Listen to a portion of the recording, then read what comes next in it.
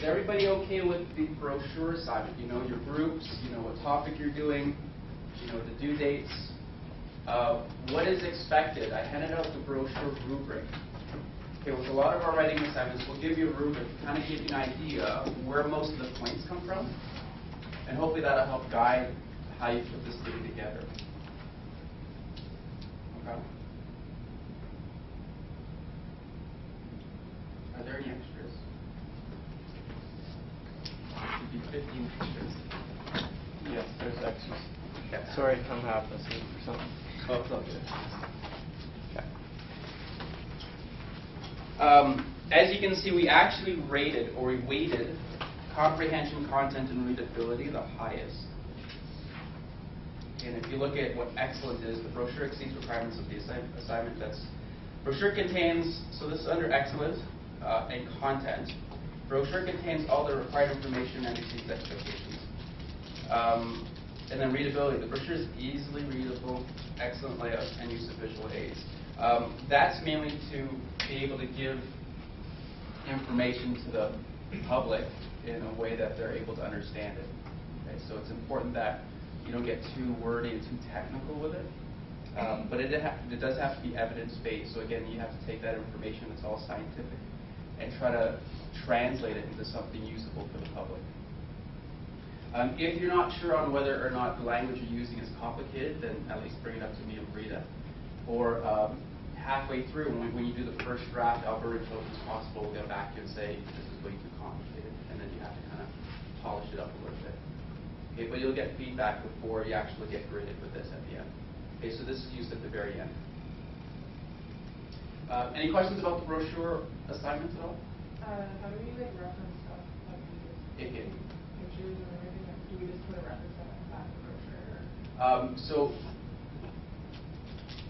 at the back of the brochure, you should have a small section, like where you get resource and reference from, and that's where you put the reference in. How to cite it in text.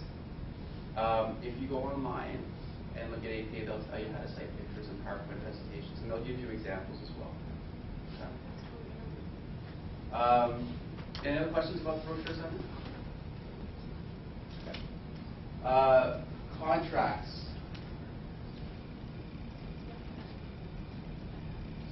Okay, so the student learning contract, you do not need to hand it to me until the very end of the semester. This is a conversation you have with your supervisor 3 times throughout the semester. Initially to set something up, midway through to see how you're doing, and then at the end to see if you've fulfilled all of the goals that you wanted to achieve. Okay, but I don't need to see that until the very end of the semester. Now this, your field placement contract, try to get that to me as soon as possible. And the reason why I need to see it is because I need to know whether it's been done or not. This is the contract between you and your placement site. Okay, it's your job responsibilities. Now, this is a generic one. I saw Mount Royal. Mount Royal has one that Khadija hands out. It has a list of what you guys are responsible for, what team you're assigned. It says, and then you sign it saying that I am going to do these things. This is what my responsibilities are, and I agree with that. And then, Megan, does your coach sign it as well? Yes. Yeah, okay. So your coach signs and then Khadija signs, right? Yes. Okay, so it's 3 signatures. So everyone's on the same page with what your job is at that site. So U of C has one, and STS has one. They're going to send that to me. SATE, I'm not sure, and typically I tell the SATE people, if Kim doesn't have one, just download this and then give it to her. And then if you have to add anything to that that is SATE specific, then just add it to that. Okay? This is supposed to be due today, but if you're unsure about what this involved, then just try to get it to me by the end of next week. Okay? If you do have it and it's signed and it's good to go, you can drop it on the table at break time. Okay? Does Carrie give us that form? Well, she has one. Yeah. I don't know if she actually hands you one. She normally sends me like the contract with everything in it. But just, well, I can remind her. Okay. And then if you see her on Monday, just bring it up to the meeting. Okay. Any questions about the contracts? Okay. The reason I'm saying that is because a few people are concerned about due date. So I just want to make sure you guys realize that this is not due anytime soon. Okay, just hold on to that till the end of the semester. This one, just try to get to me as soon as possible. And I realize there might be some constraints with your supervisor from a time perspective.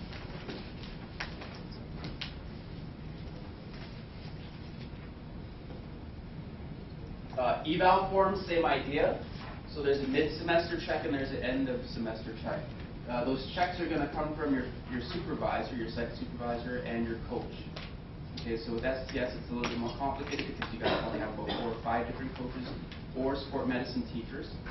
But choose someone who you work with closely and on a regular basis. They fill these out halfway through the semester. Hold on to it, take the feedback in, see if you can make some changes, if you need to make any changes, and then at the end of the semester, see how things have been going, and then hand this in to me at the end of the semester.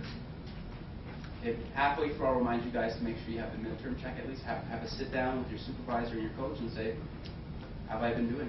You know, is there anything you want me to change? How's my communication? How do you want me to manage on-field emergencies? Is that okay the way I've been doing them?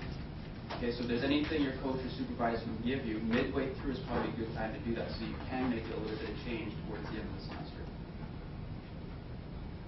You can do the same thing for your supervisor. Okay, that is optional.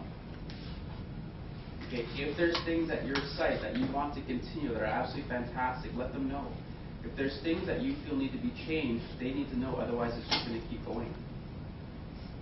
Okay, if you prefer that someone be around more often, then fill that out and let them know. If you prefer that they step back and let you guys do more, that happens sometimes, then let them know. If you think that the supplies and equipment at the site are absolutely terrible, at least let them know. Obviously their budgets are constrained as well. Okay, but the whole purpose of this is to provide information so at least you're not kept in the dark about things. And so at least your supervisor isn't kept in the dark also. Any questions about the forms? And then last but not least, the logbook. I think I touched base with a few people. There's only about 3 or 4 people left that I really have. I think Lionel shared it with me, so I think you're good. Like your logbook.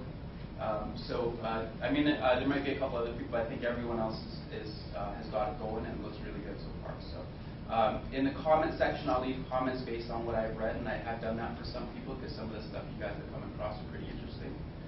And if there's anything that you're confused about or nervous about from what I read, I'll try to give you some help right on your logbook. So is every entry, let's say that's just one practice, or is it one thing we do out of that one practice? Okay, so that's a good question. Okay, so every time you do an event, a practice, in-service, a class, even if you want to log your class, you can. It's one entry, even if nothing happened. But if there's nothing that happens, honestly, it takes about 10 seconds to fill it in, right? So if you have 3 things happen during one practice, you need an entry for all 3 things. Even if it's like 3 tape jobs? Okay, so that's different. So if it's 3 identical things, you can fill it out just once. Because there's a spot where it says, how many identical events did you have? And then you just put 3. Okay, so it's 3 identical tape jobs, and it's all the same from a learning perspective. You're getting the same type of experience out of it, meaningful experience out of it. Then just fill it out once and put everything in that So box. like 3 different tape jobs and these 3 entries? Same idea. So if you're pretty good with ankles and thumbs and toes, and the meaningfulness of those 3 tape jobs are exactly the same, fill it out just once. Okay, now if you ran into a complex situation, like I had to tape a shoulder, but I had no Hypafix, I had no Luco tape, I had to use duct tape. First time I ever did that. Different learning experience, totally, like you totally made it up, but it worked. And you're like, oh my gosh, at least I can do a tape job with duct tape now. Then that would be a separate entry because it's completely different than the other 2. Okay. What we're trying to measure with the logbook is meaningful learning experiences. There will come a point in time, I promise you, where your ankle tape drops won't mean anything to you because it'll be so automatic. You're no longer learning. You're just like kind of Lionel in his serving. Right? We talked about that before. It becomes automatic. You can do it in your sleep. So is that now learning? You're not learning anything new. I mean, you're repeating it. So the meaningfulness of your 150th ankle tape job is far lower than your very first one, right? Remember the first one you ever taped? Just go back. And remember that first time you taped an ankle. You couldn't tear the tape. And then you put your foot right by the person's toes and trying to tear the tape with your teeth. No. But remember the first time you taped your ankle?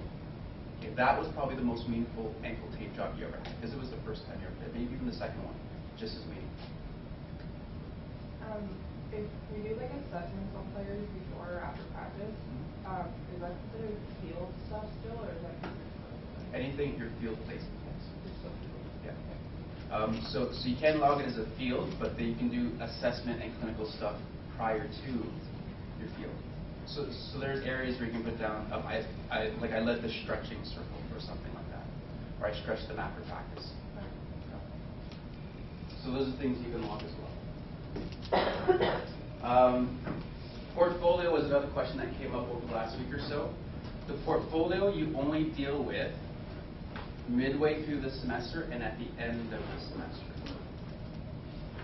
Okay. So midway through the semester, you have 5 classes, and for each class, there's like themes. So vertical assessment modalities, recap, so on and so forth. During that first 2 months of your practicum placement, what is the one big thing that you learn the most from? It's essentially just a journal. There's no right or wrong. It's a time to reflect back on what was the best thing that happened during these last 2 months. Okay. Do it for each of the 5 classes, anything related to those classes. If there was nothing in your placement site, so modalities, for example, if you haven't touched the modality at all in the first 2 months, then write about something in class that you might have learned that was really enlightening. Okay. But all of you have iced already. So technically, that cryotherapy is a modality, so you can, if there was something interesting that happened with the ice, like I put ice on it, their knee swelled up even more, it was red, I don't know, I didn't understand what that was. Any idea what that is? Put ice on someone and their knee swells up rather than... Any idea? It's an allergic reaction. Some people are allergic to ice. Okay. There's an allergy to it, but some people have a skin reaction to it as well, where it ends up swelling up. So sometimes you'll see that in some athletes, and a lot of times people that have never seen that before don't understand why that happens, because ice is supposed to be good. So in most situations it's good. But anyways, my point is, for each one of those 5 classes, just write something based on those 5 classes that's happened, so the best thing that's happened at your practice midway through the semester and then at the end of the semester. Okay. So that was all the questions I've heard over the last week or 2. Do you guys have any questions about course outline stuff? Okay. So I'll keep an eye on logbooks. If things come up during your logbooks or during your events, just read the comment section. I typically leave comments there about the stuff that I read. So it's a good way to communicate. Okay, so